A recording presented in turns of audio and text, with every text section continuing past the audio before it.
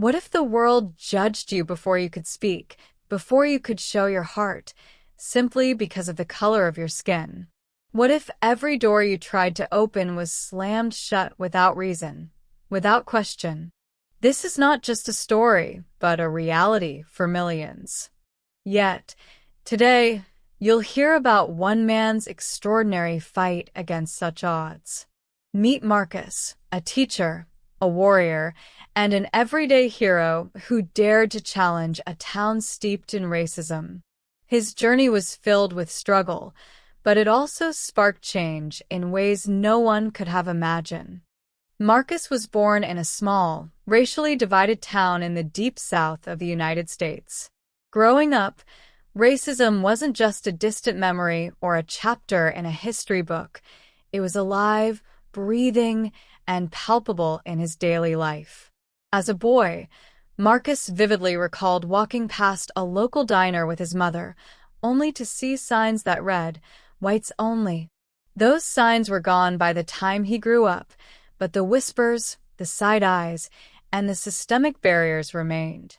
Despite this, Marcus found solace in education. Books became his refuge, and words from leaders like Martin Luther King Jr. and Maya Angelou became his guiding light. He knew from a young age that knowledge wasn't just power, it was a weapon against ignorance. Determined to break the cycle of prejudice, Marcus worked tirelessly to become a teacher. He believed that educating the next generation was the key to dismantling the walls of racism. But his dreams were met with immediate resistance. On his first day as a high school teacher, Marcus walked into the teacher's lounge and was greeted by an uncomfortable silence. He could feel the weight of judgment as whispers floated around the room. "Is that him? I didn't know they were hiring people like him." That moment could have crushed him, but Marcus was resilient. He straightened his tie, walked into his classroom, and decided that his purpose was greater than their prejudice. As Marcus began teaching, he noticed that his presence alone stirred the waters of the school's fragile ecosystem.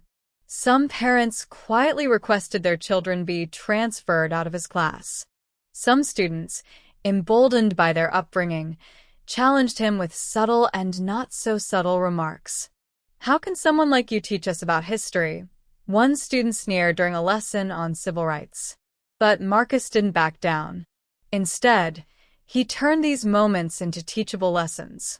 During one of his classes, he asked a question that silenced the room. "How many of you have ever been judged unfairly for something you couldn't control?" At first, no one responded. Then, slowly, hands began to rise. Students shared stories of being bullied for their weight, their accents, or their socioeconomic status. Marcus listened intently and then drew a connection. "That feeling you had, it's the same feeling many people of color experience every day, often for a lifetime." From that moment, his classroom became a space for open dialogue and understanding. Marcus introduced his students to the stories of Harriet Tubman, Frederick Douglass, and Rosa Parks, weaving in the relevance of their struggles to modern society. But his methods didn't sit well with everyone. Soon, whispers turned into complaints. Parents accused him of pushing an agenda. A petition circulated, calling for his removal. Marcus found himself at the center of a storm he had anticipated but hoped to avoid. The school board called a meeting to address the growing backlash. On the day of the hearing, the room was packed with parents, teachers, and students. Marcus stood alone at the front, a man of principle facing a sea of skepticism. The accusations ranged from being too political to unfit to teach. For many in the room, this was less about Marcus's teaching methods and more about the unspoken discomfort of seeing a Black man in a position of authority. When it was his turn to speak, Marcus took a deep breath and began not with defense, but with evidence. He presented data showing increased class participation and a noticeable drop in disciplinary issues among his students. Then, he shared letters written by his students, stories of how his lessons had changed their perspectives. One letter stood out. It was from a young white student who admitted, "I used to think racism was exaggerated, but after learning from Mr. Marcus, I understand how real and painful it is. He's opened my eyes, and I'll never see the world the same way again." The room fell silent. Parents who had doubted Marcus began to shift uncomfortably in their seats. It was clear that his work was making a difference, not just in the classroom but in the hearts and minds of the students. In the end, Marcus kept his job.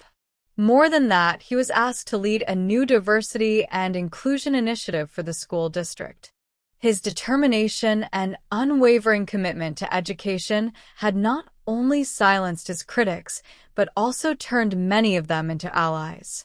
Over time, his impact rippled through the community, inspiring other educators to adopt similar methods and encouraging students to stand up against prejudice wherever they encountered it. Marcus's story is a testament to the power of resilience, education, and dialogue. He proved that even in the face of deep-rooted racism, one person's courage can ignite a movement for change. The fight against racism is not a solo journey. It's a collective responsibility. Marcus's story reminds us that change starts with a single voice willing to speak up, even when it's uncomfortable. It teaches us that empathy and education can break barriers that seem unbreakable. As we navigate our own lives, let Marcus's journey inspire us to challenge prejudice, build bridges, and, above all, never underestimate the power of standing up for what's right. Marcus's journey is a powerful reminder that change begins with courage. From enduring prejudice to transforming a divided classroom into a haven of understanding, Marcus showed us that one person can make a difference. His story is not just about overcoming racism, it's about inspiring others to see the humanity in everyone, regardless of their background. By standing tall in the face of adversity, Marcus turned ignorance into understanding, fear into respect, and division into unity. If this story moved you, imagine how many more lives we can touch together. Make sure to like this video to show your support for stories of resilience and justice. Don't forget to subscribe to the channel so you never miss another inspiring journey like this. And most importantly, share this video with your friends, family, and community. Let Marcus's message of hope and change spread far and wide. Together, we can create a world where stories like his are no longer the exception, but the rule.